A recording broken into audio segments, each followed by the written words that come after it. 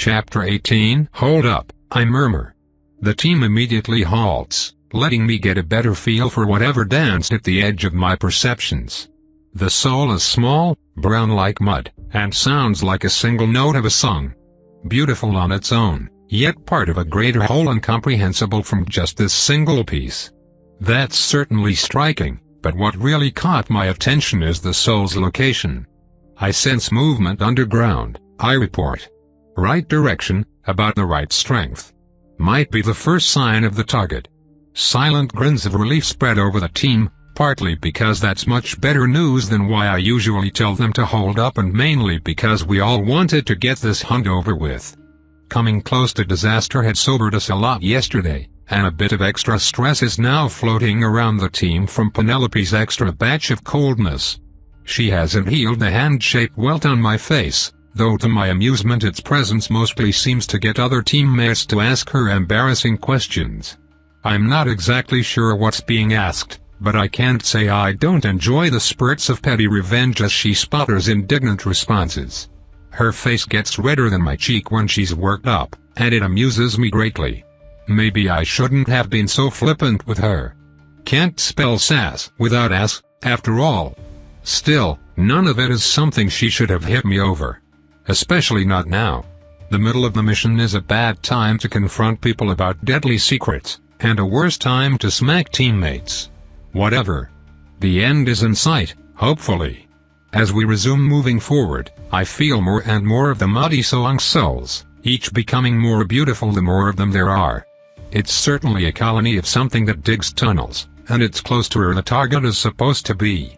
For the next phase of the plan, we need to circle around the outside of their tunnel network, figuring out exactly how big it is and guessing how many there are. Then, we find an opening and use a combination of Penelope's sickness voodoo and Orville's wind magic to push a deadly infection down the burrows. It's a simple enough plan in concept, but brutally slow going in practice. Circling around the burrow hound's territory, or what I assume is the burrow hound's territory, for all I knew this could still be something totally different, took upwards of 3 hours. Then it's slow, careful, silent progress over the outer tunnels of the territory, pressing forwards. If I feel them encroaching on the team, we would have to bolt. There are, thankfully, other monsters wandering around on the surface above the tunnels, so it should be safe to risk the same. I can't feel the tunnels themselves, but the closer we get to the center of the territory, the deeper I feel more of the souls. There's an odd quirk to some of them. A blackish, sticky soul is layered onto many of the creatures as they move, wedged right next to the normal soul. Maybe they're pregnant, or have some kind of parasite. What makes it so odd is that parasites tend to have very tiny souls. Often too small for me to detect while inside a far larger body with a far larger soul next to them. The dark, sticky souls are about the same size as the main one, though. I have no idea what that could mean. Not a huge deal, I suppose. Either way, we're here to kill them. Eventually, I feel it, a spot where the souls move from above the ground to below and vice versa.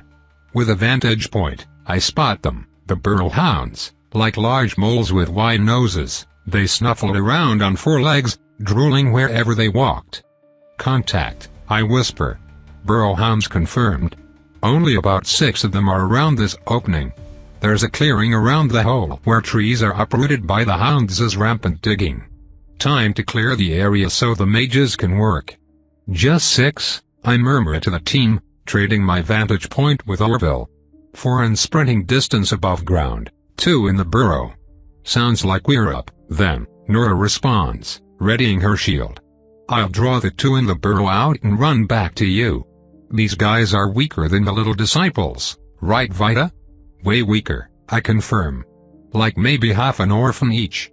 Probably not smart enough to grab at your helmet. Half an orphan. Orville murmurs from above. So I'm with you, Vita? Bentley asks hesitantly. Yes, I confirm. Stay hidden until Nora brings them over. We don't want any heading back to the bra, we want this one open and safe for us to drop death down. He nods, a bit less of his fire than usual. I suppose even he must be worn out for the trip. That or maybe he is embarrassed by his showing in the little disciple fight. Small, weak enemies were not his forte, and this would be more of the same. Small, weak enemies were my forte, though. That said, I don't want to overly on my soul-sucking. Getting close enough to monsters to touch them is a dumb idea when I have a spear. Of course, letting monsters eat me when I can murder them with a touch is also dumb, but not giving them a chance to eat me in the first place seems ideal. I'm sticking with the spear. Nora's lure works, no surprise considering how huge and loud she is, and the two hounds rush over to her. We hide in the brush. A quick stab from me, a wide swing from Bentley, and they go down. No sweat. Shortly after, the four others rush in, but Nora successfully holds their attention long enough to give our team more clean kills. These things are weak. Not that it stops my heart from nearly hammering out of my chest. Weak they may be, but my best guess on how many were below our feet? Thousands, easily. No wonder the Hunters Guild sent our team to biobomb them. What else would even work? I pocket the souls and move up. As a unit, the whole team approaches the burrow. I hand Penelope a burrow hound corpse and she sets to examining it as Orville begins to cast a massive, complicated spell. I sure hope this will all work, or the last 2.5 days have been a big waste of time. Well, a waste of time for everyone that doesn't get to eat a huge store of delicious, delectable souls. I wanted to devour them all so badly. Now is not the time for that, however. Now, I focus. The burrow hounds aren't happy at all about our crew camping one of the holes to their home, but ultimately it's only a single hole. They cannot understand the threat our team poses to them, and they're far from the most aggressive species in the forest. For now, they seem content to leave us alone. Though agitation is building on all sides. After an excruciatingly stressful 10 minutes, Orville and Penelope are ready. The air moves through the forest, Orville's magic pressing the atmosphere like a vice. Air flows quickly down into the burrow as Penelope focuses on her own spell, the wind carrying her deadly plague down into the tunnels. The rush of air makes the burrow hounds on edge, but it isn't until they start to die in droves that the colony begins to panic. We've got a reaction, guys, I murmur. They are moving. The team nods, but there's not much more to say. A few of the two-souled hounds die, but the sticky soul that had been on them doesn't. The black souls abandon the dead hounds, moving quickly by themselves to a living one. What were those things? They felt just as big as the hounds, soul-wise, but the hounds weren't attacking them. Before I can think about it any further, however, something big moves in my senses from deep underground. It feels like the burrow hounds, all muddy and musical, but it's absolutely massive, many dozens of times larger in soul than any of its fellows.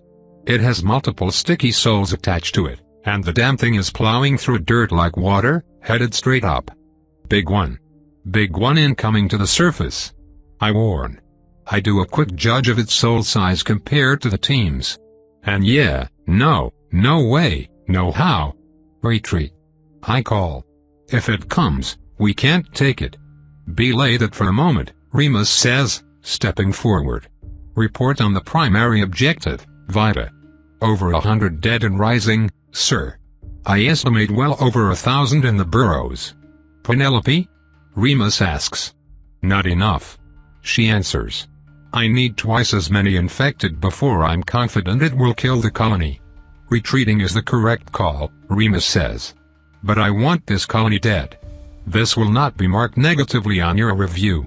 He steps forward, and for the first time ever I see him draw his blade. A simple, two-handed longsword, its hilt and pommel carved of the same blue scale-like material as his armor. Yet the blade. It gleams in the daylight, incredibly intricate patterns carved along the blade. Cold, dense, and sharp, there's a force to it that other weapons simply did not have. I'm no learned mage, and I cannot see nor feel the intricate flows of magic. Yet the pressure around the gleaming metal weighs on me as it gathers and readies power like a man would draw and expel breath. The blade is metal. I've never seen anything like it in my life. 100 yards in front of us, the ground erupted in an explosion of dirt and fury. The massive burrow hound is more than just an upscaled mole. Its long fur is stiff like spikes, the drool from its slubbering mouth hisses on the dirt below. It is a beast of muscle and death. Screeching in fury, the monstrosity charges at our group, Remus in front. Dozens, maybe hundreds of its kin burst up the tunnel after it, rushing after their leader as they emerged in a tide of death. Orville. Penelope. Keep focusing on the burrows, Remus orders. Your job is to make sure not enough of them retreat to be a threat later. Vida, Bentley, Nora. He swings the blade so fast, I never even see it. He simply held the sword in one stance, then in another, like a painting of before and after the swing with no interim. A blast of pressure crashes in my ears, and a majority of the burrow hounds charging us were dead. Only the ones directly behind the biggest hound live, the insanely massive dog mole having taken the attack with only a gash to its face. It charges forward nonetheless, unslowed and undiscouraged. Do what you can, Remus finishes, moving forward to intercept. It's clear, however, that there is nothing our team can do but watch in horror as Remus effortlessly carves through the rest of the above-ground hounds. He wades into them like I might wade through the sewer, counting them as nothing more dangerous than shit. Even the massive hound proves unable to tank his blade up close. The survivors break after the larger hound dies, Remus cutting them down anyway. We do nothing but stand and gawk. Remus is the man with the strongest soul I have ever felt. Yet I never realized how wide the gap had truly been until this moment. The only thing that catches my mind beyond his overwhelming display are the sticky-souled creatures inside the largest hound. Most of them died when Remus nearly cleaved the beast in two, but a few of them remain alive. Remus, however, neither notices or cares, starting to make his way back to our team. What the fucking hell did he even need us for? Nora hisses. Is that even a human? To kill the ones that retreat in the burrows, as I said, Remus calls back, flicking blood off his blade from half a field away. And yes, I'm human. I'm a decent warrior, but I can't dig. Carefully, gently, he takes a cloth and wipes the sword clean, sheathing it once more as he makes it back to the rest of us. Have you finished the dispersal, Penelope? He asks. She glances at me, eyes wide with the implied question. We're still shy of T200 deaths underground, I think, I managed to stammer out. Probably just another minute or two. He nods, seeming content. There's some survivors still, over there, I tell Remus. They're inside the big hound's body, but they're not hounds. He frowns. Really? How strong are they? Not very, I say. About as strong as one of the normal burrow hounds. There was a really big one, but you killed it. The survivors feel like they're inside the core. No, they are moving. I feel the souls start to spread out in every direction, as if fleeing blindly. I squint, but I see nothing. Remus stares as well, but seems to be having the same problem. Are there any coming this way? Not directly, I answer. Well, keep tabs on them. I don't know what they could be, but obviously you should assume they're dangerous until we do. You're certain they're not baby burrow hounds? That might have been a queen. I can't say I'm sure, but they feel totally different to burrow hounds. Whatever they are, they must be very small. I do not even see the grass moving. Come with me, we'll investigate. Take me to the closest one. I nod and do as I'm told, leaving the team to finish the mission as I lead Remus into the path of one of the few that's fleeing kind of in our direction. As it gets closer I point at where I feel it, and Remus strikes out with a kick in the direction. I almost, maybe see something. A flicker, a bit of movement, but whatever it is launches itself at Remus. He seems to see something then, punching at the air. I hear a wet slap, and whatever it is simply dies. Remus murmurs, taking a look at his gauntlet. I peek as well, seeing almost nothing. Just barely, I notice a thin, translucent ooze smeared over it. Weird. Any idea what that was, sir? I ask. Just some parasitic slime, I suspect, he answers. There are dozens, if not hundreds of kinds. Being camouflaged when outside a body is new to me, though. You said there was more than one in the large beast? Yeah, I confirm. Then they're probably not deadly, at least. That beast wasn't fighting like something sick. Penelope should be able to deal with them if one gets inside a person. I nod, following him back to the group. I make an excuse about procuring rations and head into Remus's murder zone, collecting souls before Penelope finishes her genocide. Then it's time to start the return trip, which is unlikely to be any less deadly. At least the end is in sight. A few hours later, we make camp well away from the corpse-filled burrows and the scavengers that were no doubt already feasting on the aftermath of Remus's passing. Finally, I head somewhere relatively safe. I want to talk with the team, but even more than that I want them all to be asleep. I nabbed an absurd number of souls, including that of the ridiculously huge burrow hound. Its soul is even bigger than mine, yet it still fits nicely inside my body.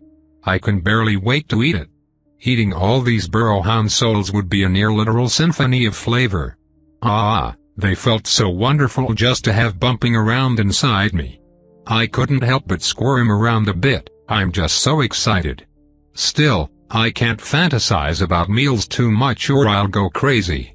Everyone is still awake, so I should probably stop squealing to myself in excitement during a pretend bathroom break and actually go talk to people. I begrudgingly return to camp, heading over to Remus. I'm curious, has this been an example of a normal mission? I ask. So far. No, not at all, Remus answers. I have to step in to save most teams on their first mission. Your extreme paranoia serves your team well, Vita. Though on a normal mission, you wouldn't have me at all, and you would have failed when the deviant burrow hound emerged to chase you off. You may have even died when it either caught you or forced you into a worse situation in your haste. You said I made the right call, though, I press. You did, Remus said. Retreat was the right call, your team could not have fought that monster. Yet sometimes you make all the right calls and people still die. Usually less than when you make the wrong calls, though, so keep up the slow but steady approach on our way back. It has been working.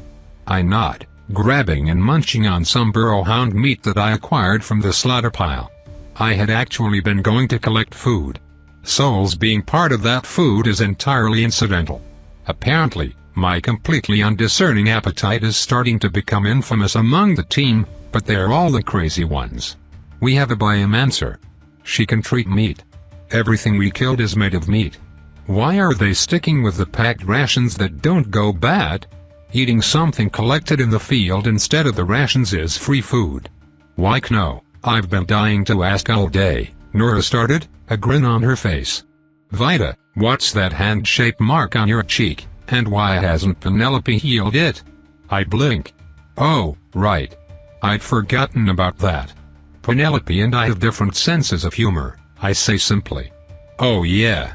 I've never seen a welt that bad since my brother tried to get handsy with his girlfriend. What are you implying? Penelope fumes, turning on her. Just make sure whatever you do to help keep our scout awake all night isn't distracting her, Epi? Nora answers, her grin approaching dangerous levels. Penelope makes some furious, incoherent noises which, while amusing, I mostly ignore. I have no idea what Nora is talking about, but something she said stuck out to me. I didn't know you have a brother, I say. Her smile drops. Well, I guess I don't anymore, Nora answers. I take another big bite of meat, chew it for a while, then swallow. Oh. She chuckles dryly. That's it? Just oh. No, I'm sorry, Nora, or oh no, what happened? Or anything. I shrug. People die. Do you want to talk about it? She gives me a long, considering look. Then shakes her head. Nah, not really, Nora says. Not much of a story. I'm not from Skyhope, I lost my village in a monster attack, me and my mom are the only survivors. I nod, chomping down some more meat. That's good, I murmur with my mouth full. Got your mom. Pretty lucky. Lucky? Nora asked, flashing me another very weird look. Well, I'm sorry, for what it's worth, Orville says, butting in. But I suspect Vida probably is us all beat with tragic backstory bingo, so sympathy might be better sought elsewhere. I'm sympathetic. I protest. And I don't know what bingo is. I'm just saying, that's pretty good. I'd freak out if Rowan and the kids died, but if I still had Lynn, I probably wouldn't go totally nuts. Probably just kill the people responsible and move on, right? Oh. Is that why you joined the Hunters Guild, Nora? I nibble a bit more, turning my attention back to food. It's tasty meat, but I've already had a lot, and I should finish it slowly. Getting sick before bed would be bad. Vida, you really are a creepy kid sometimes, you know that?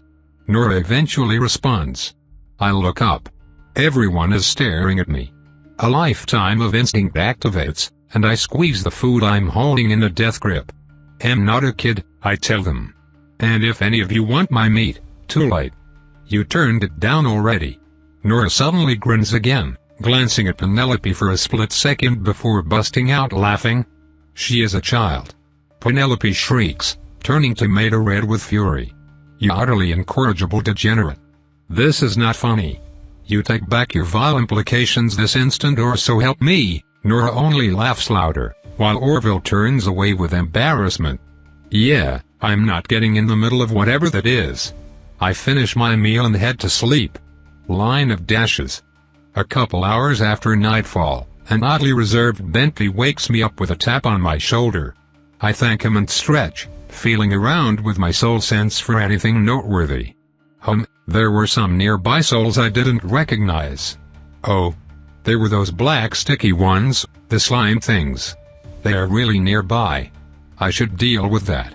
Blinking a bit of clarity back into my senses, I find them both quite easily. A chill settles through my features, waking me instantly. They were inside Penelope and Remus. Chapter 19. Okay. Weird slime parasites being inside my teammate and mentor seems bad. Bentley and I are the only ones awake right now. He, Orville, Nora, and, quick check, me are all clear. If there are any parasites in the rest of us, they don't have souls. Best not think about that. The immediate problem are the parasites I can sense inside my team. I'm not sure if I can soul kill them. I definitely might, they are small enough in power that I'd normally be confident. But if my power is touch range and the parasite is inside the body, am I touching them by touching their host? Maybe yes, maybe no. Beyond that, is killing a parasite while it's inside the host even a good idea? Is having a parasite corpse in your body better than the parasite itself? The little slime I saw was the size of my fist, which is quite a thing to have lodged inside the body. At least, I think so. I don't know much about parasites or biology or any of that. Which means I should probably wake up the biomancer. Vida? Bentley asks quietly.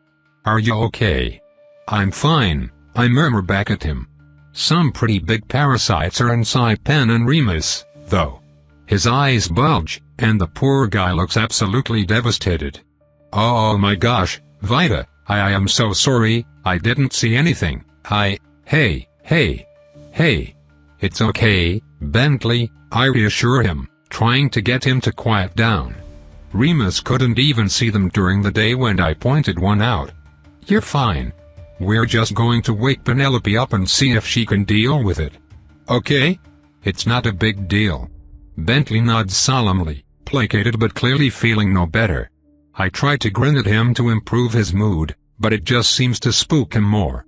Oh, well. As long as he's awake and around, he can help defend me if the parasites make Penelope go berserk or something, and that's all I really need. I make my way over to Penelope's sleeping bag, clearing my throat loudly. Penelope sleeps right through it, completely out of it. I nudge her sleeping bag with my foot, and she blearily starts to blink awake. Hey, I whisper softly at her. She looks really confused for a moment, but then glares fiercely at me. What do you want? She snaps. Are you pregnant? I ask. She opens and closes her mouth a few times, her face mixing fury, concern and abject confusion in a way I've never seen on a person before. What the fuck are you on about? She settles with. Pregnant, I repeat, trying not to smile. Yes or no? No. She hisses. Okay, then I think you have a parasite inside you. That got her awake. Instantly she was sitting up, a look of all-consuming terror in her eyes. She hesitates a little, eyes twitching, before taking a deep breath and starting to cast a spell. Okay, do you know about where it is? I frown, focusing. It was hard to tell when it was inside Penelope's body. Her own soul was so much bigger it acted as cover. Upper half of your body, I think, I tell her. Nick, maybe. That seems like a weird place for an internal parasite. It is, Penelope says slowly. Okay, let me scan for it. She's breathing hard. Geez, I really spooked her. The girl must have a thing against parasites. She brings her hands up to her neck and lets the spell cast, running it slowly down and around her body. Eventually, after scanning from head to toe, she shakes her head. I don't detect anything. Well, I still do. There's one inside Remus, too, and when we encountered something that felt like it before, he couldn't even see it in broad daylight. It was this little slime thing, translucent, about as big as my fist. Would being a slime change the kind of spell you need to detect it? No. It wouldn't, Penelope insists. You're positive something is inside me? Even though I can't detect it at all? She looks really freaked out, but no sense lying about it, I suppose. 100%, yeah. They are the same things I felt inside burrow hounds. She nods, slowly. Is it just Remus and I? There aren't any others? As far as I can tell, yeah, I confirm. Vida's never been wrong so far, Bentley chimes in, worry in his voice. You might be really sick, Penelope. Penelope pinches her chin with her thumb, thinking. Well, that's the problem. I'm not sick. As best I can tell, I'm as healthy as I've been all trip. We should wake Remus up, see if he has any insight. I take a deep breath. Something was up, but I have no idea what it is. Just some hyper-camouflaged creatures evolved to be invisible to biomancy, maybe. Is that how nature works? Well, I don't have any better ideas. We may as well wake everyone up, I say. I was keeping track of the parasites before I passed out. They must have slipped in during the few hours I was out. It might be dumb luck, or they might be smart. Camp could be unsafe. Penelope nods slowly, a fear-induced stiffness throughout her entire body. I nod to Bentley, who shakes Orville and Remus awake while I go to get Nora. Vida? What's up? Nora murmurs as I nudge her awake. I doubt a monster attack would mean I get this nice of a wake-up call. Parasites, I answer. She curses and stands up immediately. I explain the situation to the group, with a bit of help from Bentley.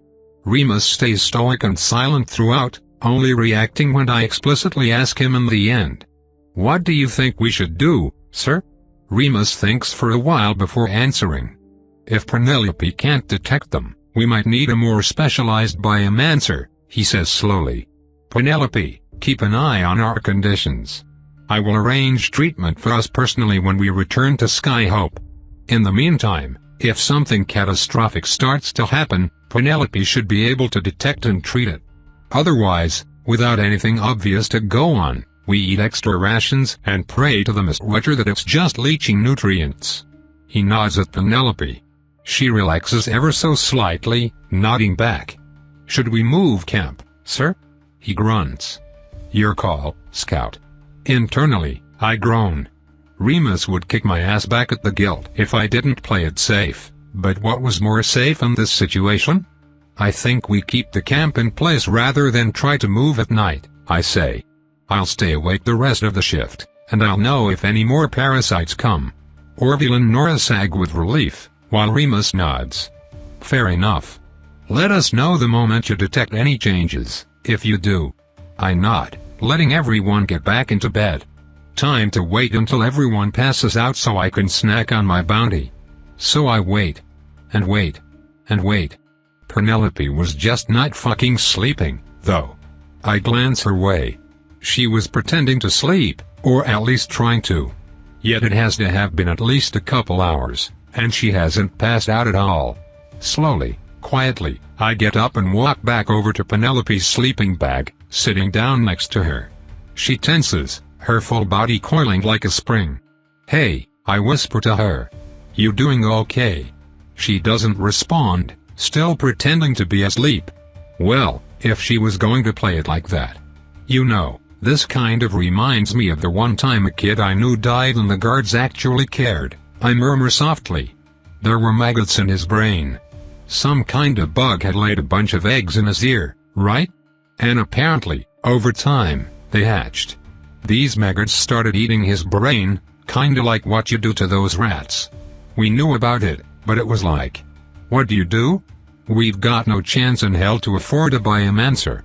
Dude's got maggots in his brain, sucks to be him. But one of the older kids realized they were some kind of monster bug eggs, and he got a reward for showing the guards the corpse. I think he might have known about it while the kid was alive, but waited until he died so we didn't have to share food anymore. Can you imagine? Knowing someone's head was slowly getting eaten from the inside out and deciding, okay, stop. Penelope hisses. I'm sorry I slapped you. Okay? Is that what you want to hear? No, but thank you for apologizing. I just wanted to make sure you were okay. I could tell you weren't really sleeping. I am, by all methods I'm aware of, completely fine, she whispered back. But, I prompted. But I'm terrified, she admits. I'm clearly in danger, I don't know how to handle it, and I don't want to die. I nod. Not dying was a goal I could totally get behind.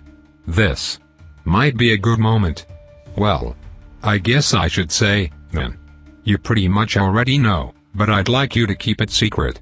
Penelope glances my way, rolling over a little to see me better in the darkness. You were right, I tell her. I can kill things I touch.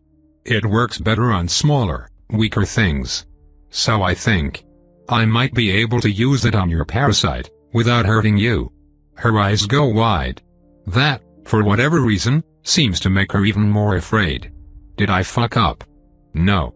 No, Vita, please do not touch me. I will deal with this on my own. I frowned. You sure? She swallows. Completely sure. You might kill me.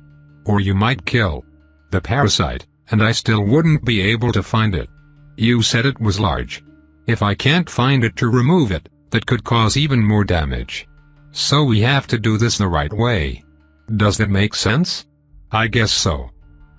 You're not worried about my death touch thing, right? She manages a little bit of a smile. A rare sight, from her.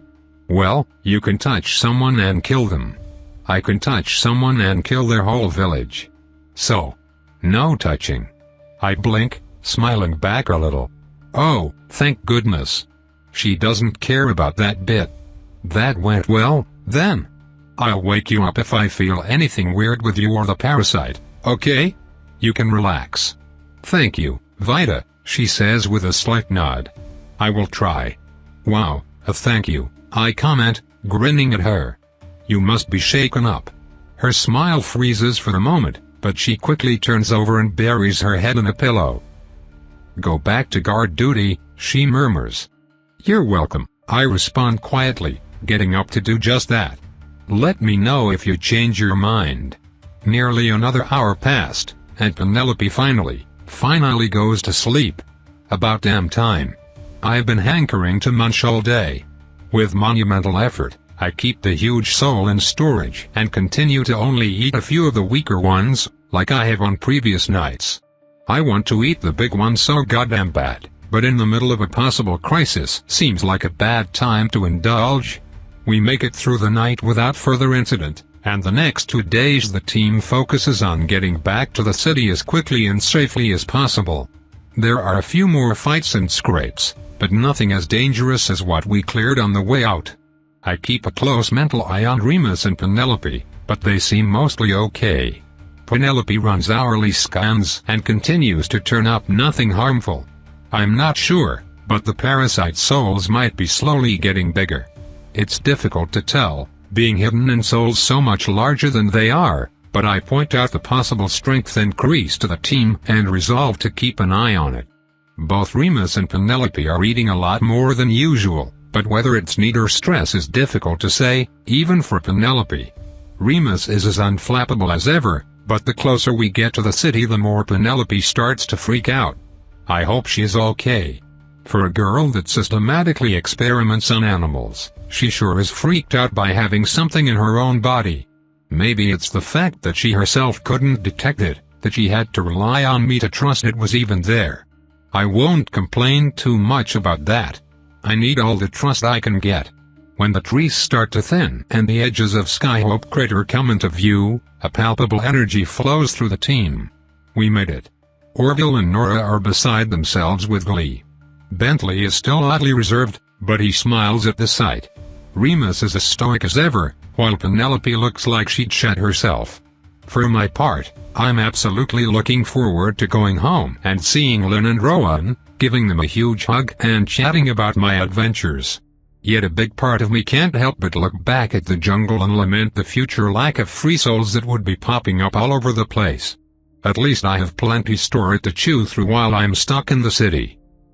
I certainly worry about liking souls a little too much, but they are just so damn tasty. Monster souls didn't even have the existential angst behind them. I can just eat them and it's fine. Why no, probably. Before we knew it, we were at the gates. They opened for us, the hunters returning from a successful mission. People got out of the way, letting us pass them in line to reach our home first. Deference. That's an even more surreal experience than having a whole extra sense. Speaking of, the abundance of human souls nearby startled me with their sheer variety all over again. It had been a constant pressure in the jungle to identify groups of like monsters, but now there are no groups, at least not beyond the tiny, barely worth noticing vermin of the city. Humans are all unique, each of their souls and individual work of art. We all trudged back to the Hunters Guild. Remus gave us the rest of the day off, grabbing Penelope and hauling her away to find a healer. There was only one place for me to go, the shack. After dropping my things in my room and grabbing a meal, I sprint to the stalls, buying more food and rushing back home. A small voice yells my name and soon the kids are pouring out of the shack, grabbing at my clothes, at the food, asking what being a hunter was like, if anyone died, if I've seen any cool monsters. Then Lynn and Rowan were there, grinning proudly from the doorway to my shitty, dilapidated home. But it is my home, and after finishing a hug with each of the kids, I launch myself into their arms next, squeezing them with all my no longer inconsiderable might. They lean down and hug me back. All is right with the world once again. Welcome back, Vita, Lynn said. Lynn. Rowan. I can't believe you're both home. I'm so glad you're okay. That's our line, shrimp.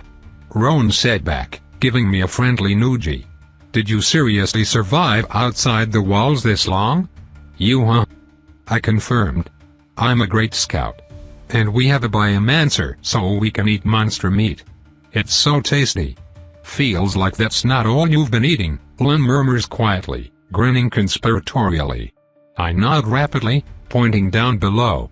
She laughs and the three of us descend to the room under the shack. I'm finally back together with people I don't have to hide anything from. There was so much I wanted to talk about. But first, I pull out my massive, humongous, stored super soul that I've been salivating over for the last 3 days. Lynn and Rowan can't see anything, but they went still watching my hands as I hold something only I can touch. Lynn. I say, grinning. Tell me how much more dangerous I feel. I swallow it. The massive, muddy, musical soul is a symphony to my senses as it slides towards my stomach.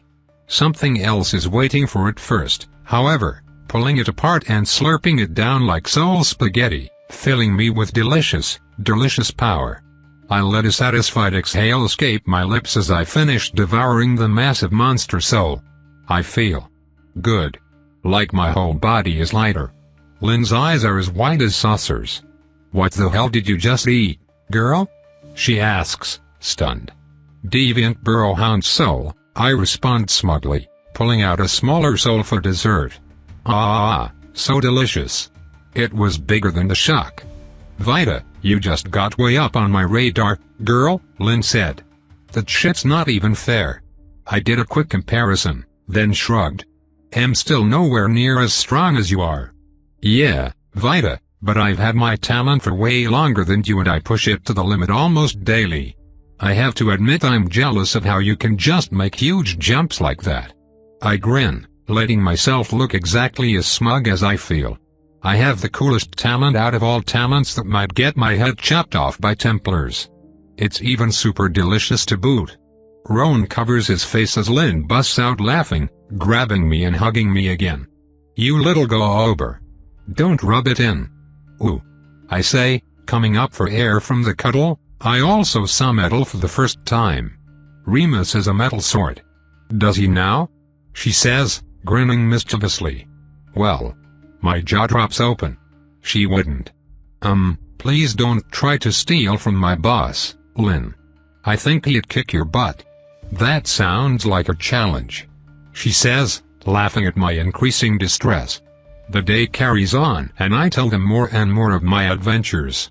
I gush about how much explosion organs sold for, how I had to use my soul pool in a fight, about Remus's insane slaughter of the Burl Hounds, and the parasites they ran off to get a healer to deal with. As every detail of my adventures is laid out, they listen with rapt attention, jostling and squeezing and laughing alongside me. I promised to bring them my pay tomorrow, so the three of us could decide the right amount of money to keep the mob happy with. Roan took the job with the Templars, but he's tight-lipped about it. Apparently he can't say much, but there also wasn't much to say.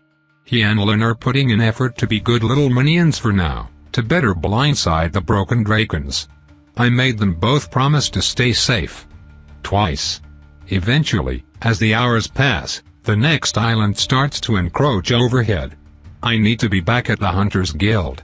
Bidding my family goodbye, I run all the way to the guild. Pausing, waiting outside. I couldn't feel Remus anywhere, but Penelope was in our room, still with the parasite in her. Curious. I head upstairs, finding her sitting on her bed rather than her desk for once. "What happened?" I ask. "Where's Remus?" "The healer he's insisting on can't see us for a few more days," she says glumly. "I have been ordered to stay here until you returned, then stick with you so you can monitor my condition until a different biomancer can look at me." "Oh," I murmur. "Well, works for me, I guess. I wouldn't mind help carrying food tomorrow." "Food?" she asks. "You'll see," I tell her, quickly confirming no one was nearby before continuing. "Still not down for death touch experiments instead?" "I am never going to be down for death touch experiments, Vita," she insists. "Please don't touch me." I nod, tossing most of my clothes off before hopping onto my own bed. I check, ever so carefully. Yes. Roscoe was there, safe and sound. I flop on top of him and squeeze my heart out. Penelope doesn't even make fun of me. Sitting back up, I pull Roscoe onto my lap to cuddle him as I stare at my woe-begotten healer. I've been having a lot more success talking to her since this whole slime thing. Maybe I can help. "Are you still feeling okay?" I ask. She glances up, swallowing. "Yes, I still feel, and am, fine. If not for all the days we spent in the woods, I would call you mistaken or outright lying. But no one would believe that after your consistently flawless performance, not even me." "Flawless?" I ask, raising an eyebrow. "You mean besides the time I nearly died to those tentacle guys, and you were the only reason I didn't?" She smiles a little. "Well, flawless in your role, I mean. You always knew exactly how many creatures we were up against, exactly where they were, their relative power level. Arguing with you would be pointless. I can't help but be nervous, when you can see what's in me better than I can. Better than everyone can." I frown. "Well, it's okay to rely on other people for stuff, you know. I'm good at sensing things, but I can't take hits. We're a team now, Penelope. You can rely on us." She shudders. "I really can't." "Why not?" I ask, frowning. She shakes her head. "So many Many reasons. Sorry, but now that you're here, I should try to sleep. I have plenty I need to catch up on. Me too, I say, nodding. Big time me too. I got like, what, 2 or 3 hours a night? She smiles glumly a bit and nods. Yes. I suppose so. Thank you, Vita. Good night. Good night, I answer, blinking away the surprise of getting thanked again. Well, time for bed. Time to sleep. Time to do all the things a normal person would and should do after coming home from a dangerous mission. Except that my teammate still has an unknown parasite inside her, and only I can tell that it's there.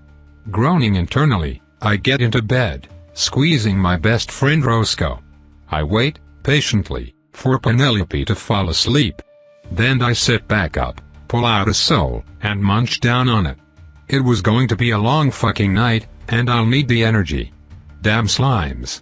I'm sure now that the slime soul is larger than it was before. Penelope's soul isn't getting any smaller, at least. Eating souls was still exclusively my shtick. Still, I hope that healer Remus knows hurries it up. Chapter 20. Staying up late is exhausting, but thankfully I have Roscoe to keep me company this time. Hours upon hours passed before light reaches the island once more, and Penelope manages to sleep through all of it.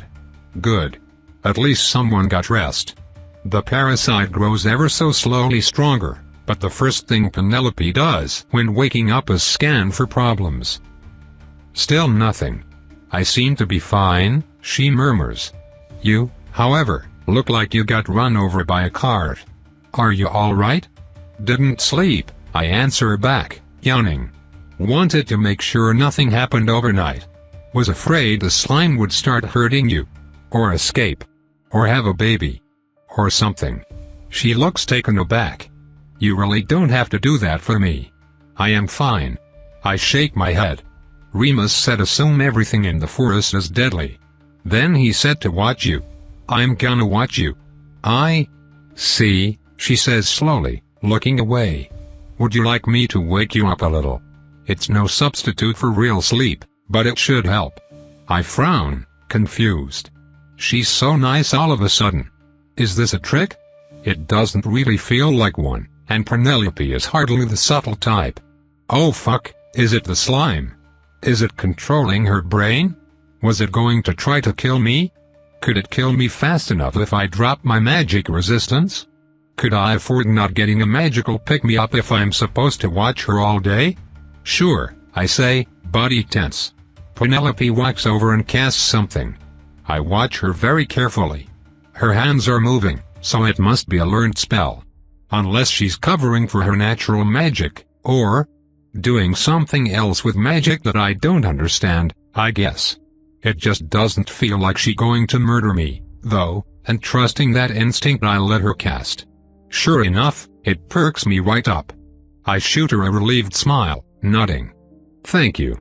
Oh of course, she answers, pouting a little. It's the least I can do, if you're up all night for my sake. Anyway, did you not have something you wanted to do? Need to do, I correct. Gotta buy food for home. Talk to family. Stuff like that. I suppose I'm stuck with you, then, Penelope says glumly. I smile a bit.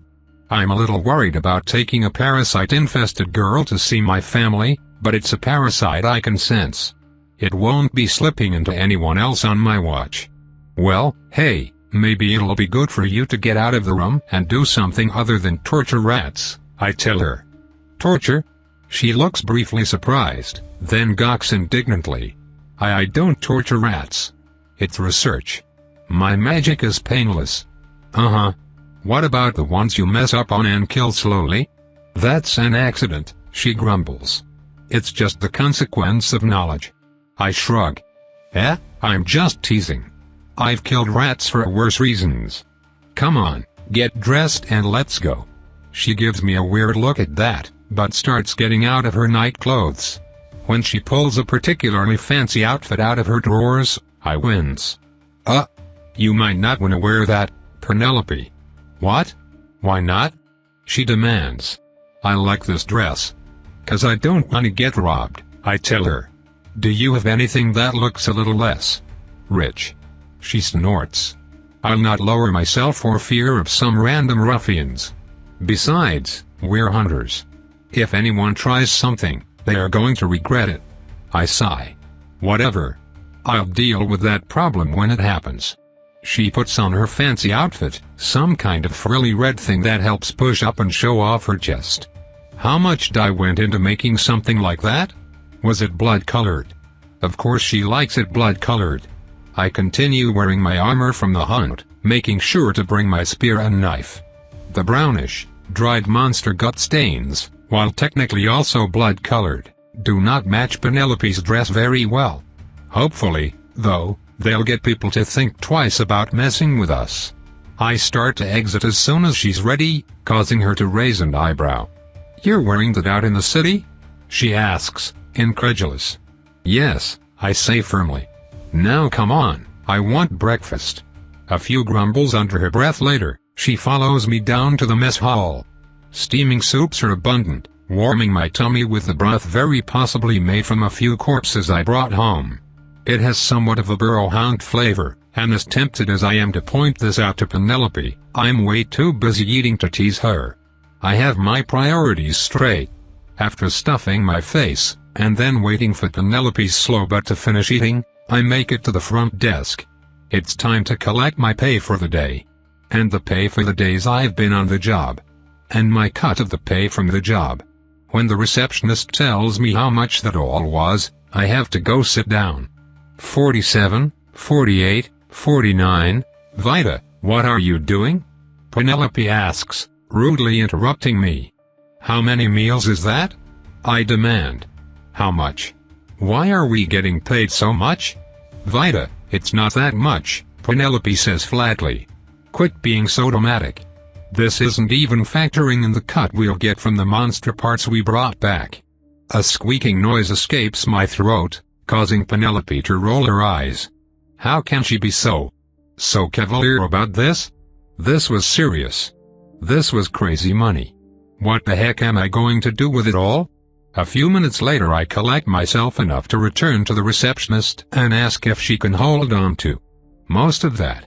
As loath as I am to allow anyone else to even think of touching my cash, she's the person responsible for giving it to me in the first place. If she was going to cheat me, she'd just tell me a lower number, right? I only take 2 days' pay for now, enough to get a bit of extra food for everyone. I don't trust myself with any more than that. Given my luck, it would all just get stolen. I set off into the city, making sure Penelope stays very close behind. It was more for her own basic safety than anything else. She grumbles and complains a little as we move to the poorer districts, gets indignant when we go even poorer, and by the time I got anywhere close to the place I actually intended to buy food from, she was downright disbelieving. The streets here are more dirt than stone, the half-dilapidated house is cracked and crumbling. I walk in zigzag patterns that Penelope quickly learns to match, dodging thieves, horse shit, and occasionally human shit as we make our way down the road. Squatters line the streets, many only kept from pawing at the rich girl's legs by a death glare from me. She's an obvious target, and she's starting to feel it. Still, when I arrive at my favorite stall, run by a toothless old man mixing grains with water and cooking them on a rock, she has yet more shit to give me. This? Vita, this is the place you're buying food from? This can't possibly be safe. What the hell are you doing out here? Penelope, shut up. She gawks at me, clearly furious. I hold her gaze, glaring right back. This was not the time or place to banter with her. Under the weight of my stare, she swallows whatever she was going to say. Good. I turn my attention back to the bread seller. Sorry about her, Guthus. Could I get double the usual today? Of course, the old man says, laughing good-naturedly. You look like a servant that just ordered a noblewoman around. Just made my day, it did. I am a Penelope, shut up. I say loudly. She does, thank fuck. Was she about to say she was a noble? Firstly, is she? I hadn't known that. But secondly, is she fucking suicidal? Guthus, my favorite bread maker. Not that the competition was exactly fierce. Chuckles again, handing me my order. It's flat, it's flavorless, but it fills bellies and that's what matters. I shove as much as I can onto Penelope, hoping to keep her occupied. I was worried about you after you stopped showing up, Vida. Drithis commented as I collected my family meal. Did anything happen? Oh, you know. Almost got eaten by monsters a few times. Nothing as bad as here. He laughs at that and I pay, parting ways. As soon as I can, I duck up an alleyway to take the stares off of me and my teammate. If I wasn't with her she'd be mugged and raped. With all the ways people were rotting here, they wouldn't even notice if she added to it. Penelope, it's not safe here at all, I insist when the two of us are alone. You can't go around saying crazy shit like being a noble. Which begs the question, Vida, why are we here? She hisses back. I told you already. I live here. We're bringing my family breakfast. This is not a breakfast. It's better than nothing, I say flatly. Barely. Well, that matters. I shout, turning on her.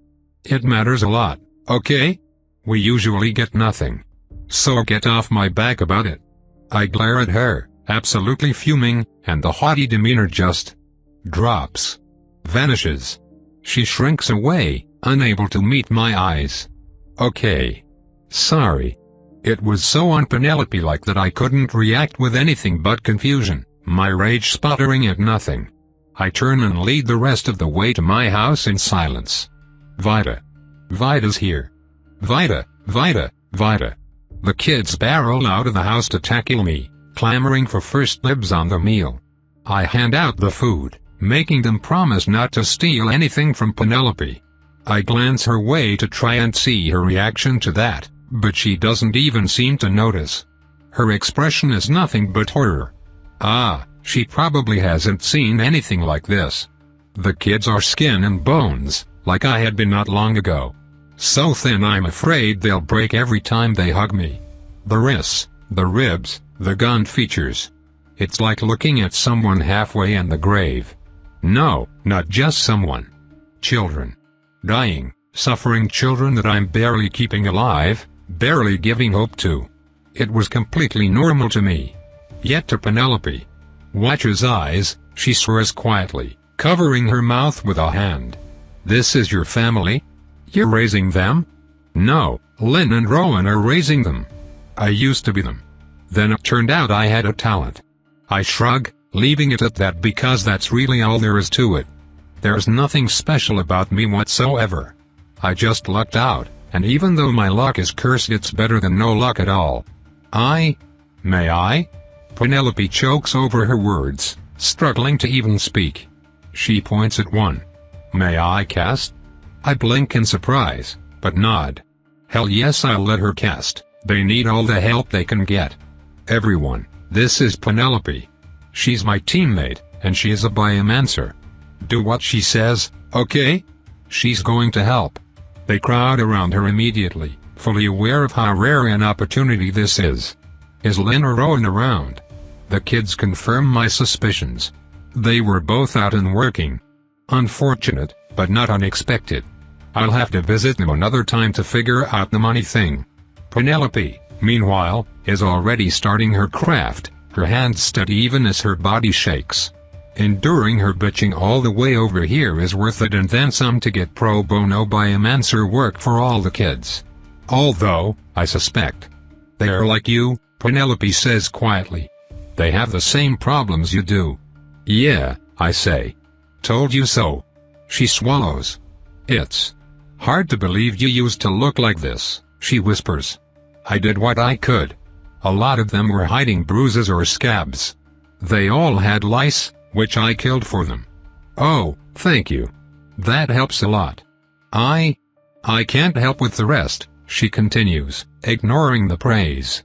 Not unless we got them more food, and I come back every day, and I shrug. We're working on the first part. You'll need to get them more than bread, then, she answers. They'll get sick if you only feed them bread and water. My eyes go wide. Wait, really? Yes. I think so. Biomancers are still figuring out how it works, but you'll need vegetables, meat, something tart, every so once in a while. I nod. No reason to doubt her. She knows way more about this stuff than I do. The kids all look like they're doing a lot better, and unlike Penelope, they're now parasite-free. Shit, that food would cost a lot. But I guess I'm rich. I owe you for this, I tell her. Big time. She huffs, getting a bit of that Penelopinus back in her features. Please? I'm a biomancer. This is nothing less than what's expected of me. I've never seen any other biomancers offering to help, I say frankly. You helped anyway. I owe you. She just looks away, her expression complex beyond what I could identify. I stand up, smacking the hand of one of the kids for trying to grab my knife. Some of them can be pretty sneaky, but I'm damn hard to sneak up on now. Well, we should get going, then, I announce. That's pretty much all I needed to do. I stop, frowning as some familiar feelings pop into my sensory range. It was Squigs and Frigs. Based on the path they were taking, it was unlikely they were heading towards the shack. I wonder what they're up to. If Penelope hadn't been here, I would want to try talking to them. As is, probably not the best idea. I don't want to piss any of them off, especially not now that Penelope is finally starting to open up and be nice a little. I keep a mental eye on where they seem to be going, but take care to lead Penelope in a very different direction on our way out. They don't make any move to follow us, going about whatever business they're going about. Probably killing someone. Well, this is about the only thing I needed to do, I say. What about you? Penelope asks, looking up from being lost in thought. I said, is there anything you want to do? If we're stuck together until Remus gets back, I can follow you instead of the reverse if you have things to do. Oh. Well, there are a few things I HRM. But you. Ugh. We would need to. Why, yes. I prompt, trying to get something coherent out of her. Well. Perhaps we should head back to the guild. I'd like to see if Nora is around. She wasn't in the dorm last night. I nod. Okay. We can do that. This way. I turned down another alleyway, bypassing what would have been a mugging 2 blocks ahead of us. You know these streets well, don't you? She asks. Yup, I confirm. Kinda have to. Yes, they are not very well planned, are they? It must have been dreadfully difficult learning it all. I shrug. They're kind of weirdly put together, but the streets have their own sort of logic once you get used to them. I feel the muggers move position, trying to find another spot to ambush us. Could they see where we are somehow? Maybe hear us talking? There are only 6 of them and they're all wimps. Penelope and I can probably stomp them. It's not really worth the effort, though. Okay, I know these roads are complicated, but I'm certain you just turned us around, Penelope comments. I did. Muggers ahead. They might be tracking us somehow, I'm gonna throw them off. Her eyes widen and she nods, letting me do my thing. Not talking seemed to do the trick, and after a few more twists and turns, the people following us went the wrong way, eventually leaving our sensory radius. We're clear, I announce softly, just the same as I had in the forest. Penelope shudders at that, shaking her head. I'm starting to see why nothing seems to faze you, Vita. It is what it is. Nothing else bothers us on the way back. Nora is inside, which I announce well before either of us can see the guild building. What did you want us all for, anyway? You'll see, she answers, managing a bit of a smile. We find Nora in the courtyard, practicing with some kind of 2-edged stabbing sword. She had downgraded the size of her shield a little, keeping it in front as she drilled cuts and thrusts. Hi, Nora, I say, waving. Vita. Penelope. Hey. The tall woman barely glances at us as her drills continue. You guys here to practice? Not this time, Penelope says. We're here for you. That gets her attention, and she stops stabbing at the air. She shakes her head, glistening droplets of sweat flying off her forehead. How can I help? I'm stuck with Vita until Instructor Remus returns, Penelope explains. Please, please, help me get her into a damn bath. Nora blinks. I blink. Then a grin shoots up Nora's face, and she lets her shield drop to the ground. Oh hell yes. Is this an invite, Penelope? It might be, she says smugly. I don't get it, I say. Why are we talking about baths? I take baths. Oh no you don't. Nora says, sheathing her sword and hurrying up to our room, stripping armor on the way. That public area cold water shit? That's not a bath. Yes. It is? I'm glad you came to me for this, Penelope, Nora says solemnly. I see now how bad she has it. You can count on me. I appreciate it, Penelope answers as we follow an excited Nora into our room. Now take that armor off, Vita. You're way too filthy. I'm too filthy to take a bath. Armor. Off. Nora, can you get her something nice to wear? Use one of my outfits. I'll try to save her hair. My hair is fine. What are you all doing? Nora just cracks her knuckles. Hold still, Vita. There's a bath invite on the line. Something about the way she says that makes me scared to do anything else.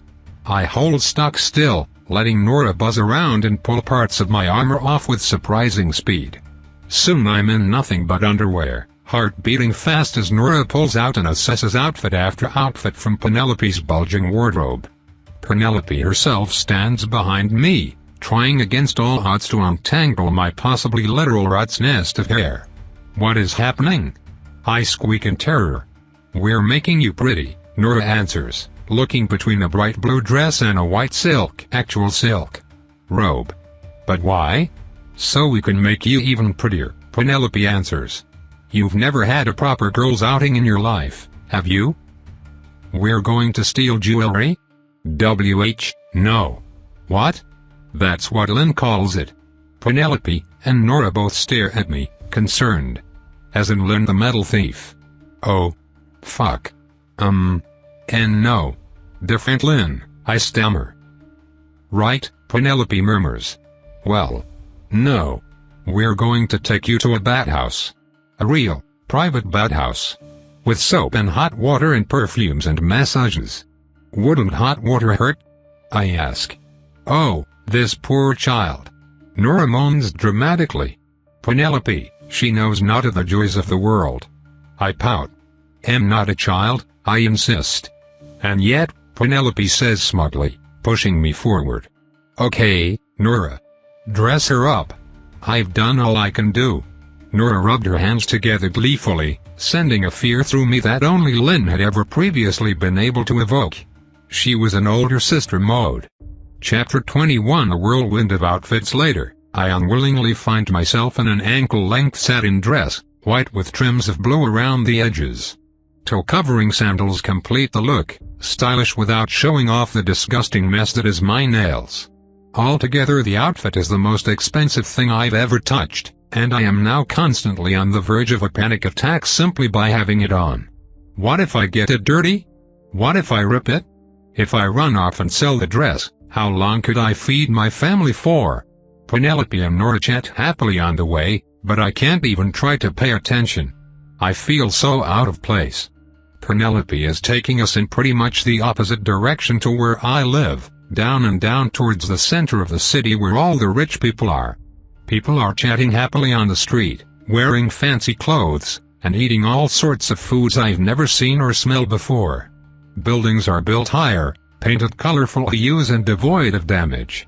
The souls here are stronger, firmer, not attached to the suffering, dying bodies of the damned.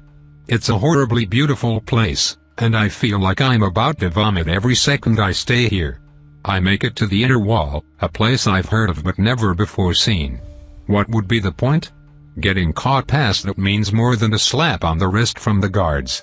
Anyone looking like me would be assumed a thief in a rich place like the inner city, and to be fair that is the only reason anyone like me would ever try to go. I quiver at the gate guards, part of me terrified they'll notice how I so clearly don't belong, and part of me terrified that they wouldn't. Penelope just holds me in one arm and Nora in the other, smiling at the guards like there wasn't a chance they would ever question her. They don't, and in we go. No matter how hard my heart pounded, it was still real. I had been floored in the fancier district just before, but the inner city is an entirely different universe. Grand mansions steal the view in the distance even as the opulence of the first street overwhelms me. The buildings are all stone, not clay. They sparkle in the light, a level of cleanliness pervading everything that I would have never before been able to conceive. When Penelope finally takes us to the bathhouse, a massive building with an endless stream of people walking in and out, I'm sure the jig was up. Someone would call the guard and I'll be kicked out. Or maybe taken away somewhere and exposed as a heretic. Instead, Penelope simply cuts to the head of the line, grabbing me in a side hug as she leans over the counter to talk to the receptionist. "Mary. Wonderful to see you. My friend here just took the nastiest fall, as I'm sure you can tell. We're going to need the works today." "Of course, Lady Vesuvius," the receptionist answers, smiling brilliantly. "3, then. Please." Penelope then swiftly pulls me down the hallway, the shock of the whole situation letting me finally gag out a few words. "Lady Vesuvius. So they call me," Penelope answers. "Wait, Vita, you didn't know?" Nora asks, surprised. Of course I didn't know. I knew you were rich, but... A lady? The fuck are you a hunter for? Vesuvius, Vesuvius. Which noble house was that? I legitimately have no idea. I know jack shit about politics. Penelope just grimaces, declining to answer my question. A story for another time. Come on, let's get undressed. I put all this on just to take it off again? Penelope rolls her eyes, she and Nora starting to strip. To my surprise, they don't stop with their underthings. Am I going to have to walk around naked? Oh, well. I doubt anybody will bother to look at me when I'm next to Lady Curves and Mount Muscle. For some reason, that thought is making me feel worse instead of better. There isn't much time to think about it, and soon my naked, bony butt was being ushered into the bathhouse proper. Other naked people were everywhere, not to mention the pools full of steaming hot water. Are you sure this isn't going to scald my skin off? I ask. Not unless you piss off the thermomancer in charge. Nora answers gleefully. Then she pushes me in. Oh, shit. It was really nice. Really nice. Well?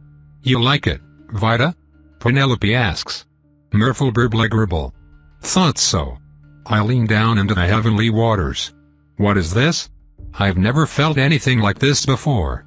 This is incredible. Warmth, all over my body. Holding me, soothing me.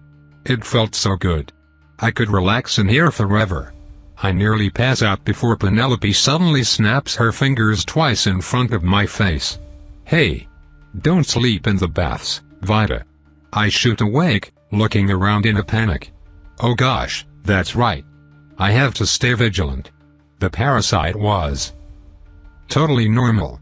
Its soul has been getting bigger a bit faster lately, but Penelope's soul seems fine. The slime is doing something, though, and I still need to figure out what. For that matter, what the heck is Penelope up to? Being super nice is weird. She must want something, right? So, Nora, Penelope says suddenly. Finally learning to use a weapon? She groans. Yeah. Remus pretty firmly suggested I learn to use a gladius. It's the only style he knew that could go with the size of shield I prefer. I don't really like it, but after my shit showing on our mission. Yeah, I need to suck it up. It was kind of weird that you planned to slay monsters without actually slaying anything, I chime in. I don't want to slay monsters, I want to protect people who slay monsters. But I was just an idiot. You're the one that had to protect me when those fucking tentacle bitches attacked. I never thought a monster would be smart enough to try and pull my armor off. I seriously thought I was gonna die. I think the plan went fine, I say. You were the shield, I was the spear. Or I guess the knife. It worked as intended. It's not bad that there might be an even better way. Nora grins. Hey, look at you, cheering me up. What have you two been up to all day, anyway? Well, as I said before, Remus is making Vita and I stick together.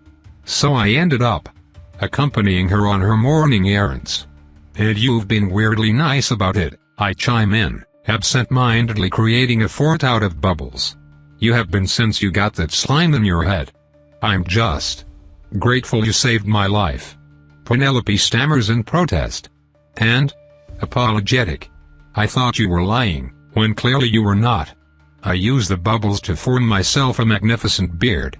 I forgive you, I intone imperiously, trying to sound as regal as the beard deserves. Penelope titters politely as Nora grinned. I glance at them sidelong, really getting a look at the two. I'm very unused to seeing naked people.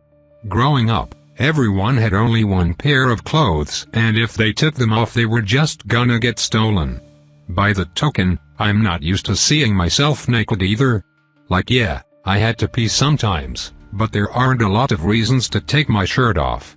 Nora, being ridiculously tall, is halfway out of the water when she sits up straight, rippling muscles glistening with moisture and drawing the eyes of more than a few other nearby bathers. Penelope is much shorter, her chest bobbing lazily as she relaxes in the waters. It must feel weird to have so much fat floating around on its own like that. I, on the other hand, barely have my chin out of the water, as short as I am. Underneath the water, I hog myself, feeling at the painful, poofy nubs that were supposedly the start of my own breasts. They are very annoying. Even the slightest nudge set off a screaming pain on bad days, and someday they might grow into something like those. I'm not looking forward to it. It's embarrassing to even think about. Oh shit, wasn't this close to the day Penelope said I'm going to start bleeding? I think I'm done with the bath for now, I murmur. Finally got those monster guts off your face? Penelope jokes. It feels good though, right? Yes. Really good. I'm glad. The three of us get out, dressing in towels and robes. Penelope quickly takes me on a whirlwind tour through the facility, employees there working on my nails, my face, my hair, the latter of which gave them great trouble, to both Penelope's and Nora's amusement, and at the end of it all, I'm presented with my now freshly washed clothes once again. I simply let myself be pushed from place to place, utterly baffled by every event, and shoved along to the next one before I can get my bearings. Now for the best part, Penelope announces, to my abject horror. There's more? The next room is odd. Another pool of water, though this one isn't steaming. I already have clothes on. Is this for my feet, or something? I walk over and almost step in, but Penelope grabs me. Ah. No, don't touch the reflecting pool, Vita. Look. I look, staring down at the perfectly calm surface of the water. Penelope was there, her arm around some kid I've never seen before. Wait. Pieces click into place. I'm ignorant, not stupid. Is that me? My breath catches in my throat. Metal can be reflective, I'm told. Glass as well. Clear, cleaned water. All rich things. None of them had been part of my life until now. My own face has never been a part of my life until now. Tears well in the eyes of the person in the mirror, rolling down her cheeks. Hollow cheeks, by most people's standards, but not mine. I'm filling out in many ways. Yet I still looked so young. Vita? Hey. Nora walks over, standing over the both of us as I start to sob, trying to catch the tears in my hands so they won't disturb the perfect pool. Are you okay, Vita? Nora asks. Why yeah, I choke out, hiccuping a little as the tears start gushing. I just never. I didn't know that. Oh, Vita. Nora says softly, grabbing my shoulder. That big of a difference? I shake my head. And no, I've never seen. I failed to choke out the rest of my sentence. I can't believe it. I can't believe that's what I look like. Never? Nora asks, startled. Penelope just gives a soft smile. When I remembered this, I thought of you. I realized you had to come here, after today. I can see why people call me a KK kid I guess, I blubber scornfully. I really do look out like I'm fucking 12. Oh, V. Nora leaned down and wrapped her arms around my stomach, hugging me tightly. Penelope side-hugged, giving a firm, one-armed squeeze. Thanks for keeping us all alive, Vita, Nora says. No matter how old you are or look, you're the best scout we could ever ask for. Please continue keeping us all alive, Penelope adds. I would very much prefer my continued existence. My sobs transition into choked laughter, grabbing each of their arms with one of my own and squeezing them back. These idiots have no fucking clue who they're talking to, huh? Someone that keeps people alive is the opposite of what I am. I can keep pretending, though. At least for a little longer. I'll try, I whisper. The moment eventually ends. We all exit the bad house, Penelope paying for each of us. I make a concentrated effort to not look at however much it costs. I don't ever want to know. So? Shopping trip? Penelope suggests. No. No. I insist, waving my arms frantically. Too much. Oh, the little kiddo is overwhelmed already? Nora teases. Am not a kiddo, I grumble, crossing my arms. It was harder to put my heart into that, though. Damn it, I am a kiddo. I have pinchable cheeks and everything. I've always known I'm super short, but that. Ugh. That face just doesn't feel right. It's alright, we can head back to the guild, Penelope says. That was just a little apology treat. I hope my whole family can go there someday, I say after a short while. Being here while they're still at the shock. It just feels wrong. Hey, come on, Vita. Nora says, clapping me on the back hard enough to make me stumble. Your family loves you, right? They are going to be happy that you got to be happy. Don't you dare feel bad for feeling good. I snort. That's catchy. Don't feel bad for feeling good. Isn't it? My mom says it all the time.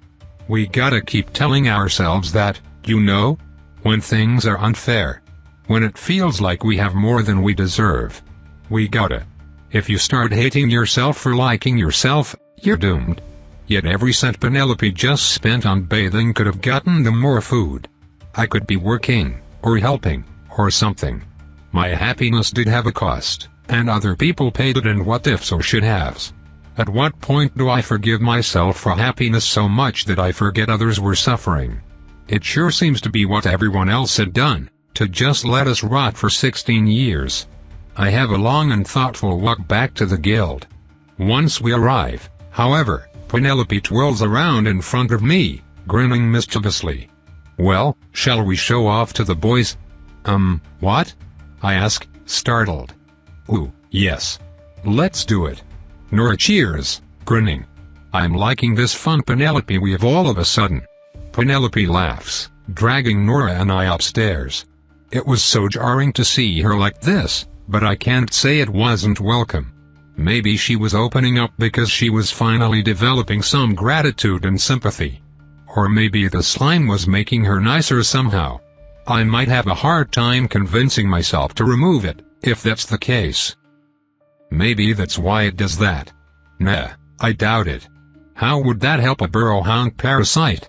I let those contemplations distract me as best I'm able as the prospect of meeting my male teammates while wearing a fancy dress slowly creeps into my thoughts.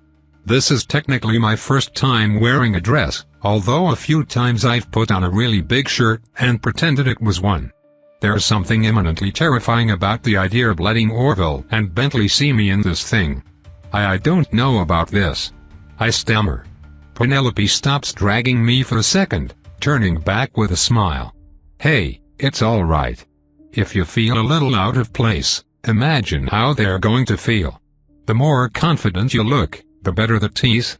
Yeah, you're not trying to date either of them, are you, Vita? Nora asks. And no. I protest. Then don't worry. Me and P will take the heat off of you. Just give them a cute face and they'll melt. You look like a bucket of kittens, Vita. Think of it like giving them extra motivation to protect you from monsters, Penelope chimes in. Huh? I figured being the scout gave them all the motivation they needed, but I still couldn't say no to an argument like that. I got bit once and nearly died. The more protection, the better. Okay, I murmur. Perfect. Penelope cheers, knocking on the door to the boys' room. Oh, gentlemen. A bit of shuffling later and Orville cracks open the door, peering out. What do you want, Penelou? Huh? He blinks, staring between the three of us. A blush went right up my cheeks despite my mental pleas to the contrary. Is there some fancy event nobody told me about? Orville eventually asks, opening the door fully. He looks a bit intimidated. Oh, is everyone here? Hello. Bentley walks over to the door and waves.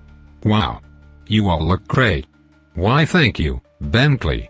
I'm glad someone here has proper manners, Penelope coos, grinning at Orville as she says it. You all wouldn't be interested in coming down for a meal with us, would you? It figures that Bentley was utterly unfazed. That made me grin a little. It was good seeing him upbeat again. Orville looked away, seeming about as embarrassed as I felt. Did you guys dress up that fancy just to go down to the mess hall? Orville asks. No. Of course not, we went out earlier, Penelope protests. I suppose we could go out to eat as well, but I'm afraid Vita will have a stroke if I spend any more money today. That was probably accurate. Well, I'm hungry. Bentley says happily. Come on, Orville, let's go eat. The whole crew heads downstairs, Orville and I following from our firm position and Team Awkward as the others chatted happily. The cooks all smiled at me when I went to get food, sending a few compliments my way and causing my blush to redden ever deeper. Penelope and Nora look like they're eating up the attention, but it freaks me out. Attention was bad where I lived. It was bad as a thief, it was bad as a con, and it was especially bad as a worthless street rat. All of my instincts screamed against this. I wish I could just cast a spell and disappear. Actually, that's not a bad idea. I've been meaning to ask. Hey, Orville, I prompt, sitting down next to him with my stew bowl, is there any chance you'd have time to teach me magic at some point? I don't know if that's a good idea, Orville answers. Magic is super dangerous. You might blow yourself up. Gosh, if only the two of you knew a biomancer that could treat mana backlash, Penelope butts in, smirking. I think Vita has the patience and focus for it, Orville, don't you? Oh geez, you two better not be teaching Murderface how to shoot fireballs, Nora says. Murderface? I protest. Neither of us know thermomancy, Orville grunts. More importantly, neither of us have a teaching license. We could get in big trouble with the government if we teach her anything. Fuck the government, they don't even know I exist. I pout. Come on, Orville. Let her try. Bentley says, grinning. It's magic. It's not something you can just try. I'd have to teach her fundamentals for months before she's ready to grasp even basic metamancy. I'll be a good student. I say. I promise. Vita, it's illegal. I mean, I won't tell the guard if you won't, I say, shrugging. It'll be fine. I'm not teaching you magic, Vita. Damn it, Orville was a tough nut to crack. But I want to learn. He leaves me no choice. If I still look like a little kid, then I still have access to the ultimate beggar's technique, the puppy dog eyes. I stare up at him, desperation creeping into my face, lip trembling just the right amount. It was a stare to capture a heart. Plus, look how small and cute I am. Does he think I won't use this? Does he think my pride is worth missing the chance to cast spells? It's not. Orville holds firm for an impressive few seconds before crumbling under the might of my adorable face. Penelope may one day regret giving me this power. Fine, he grumbles. A mage scout would be invaluable, if you ever get there. Yes. I cheer, jumping up and pumping my fists. Damn, that one was even scarier than the murder face, Nora comments. Will you teach me too, Orville? Bentley asks excitedly. Fuck no. Laughter erupts from around the table. I return to stuffing my face, trying to hide my idiotic grin behind mouthfuls of stew. Magic. Magic, magic, magic. Conversation continues around me, but I'm too busy eating and being excited to pay much attention to it. At some point Penelope excuses herself to go to the bathroom, but the outhouse the guild uses is well within my sensory range. I feel her indeed head to the bathroom, keeping mental tabs on her parasite but not thinking much of it. I can finally sit back and relax. I can't fall asleep, though. Not until Penelope is healed.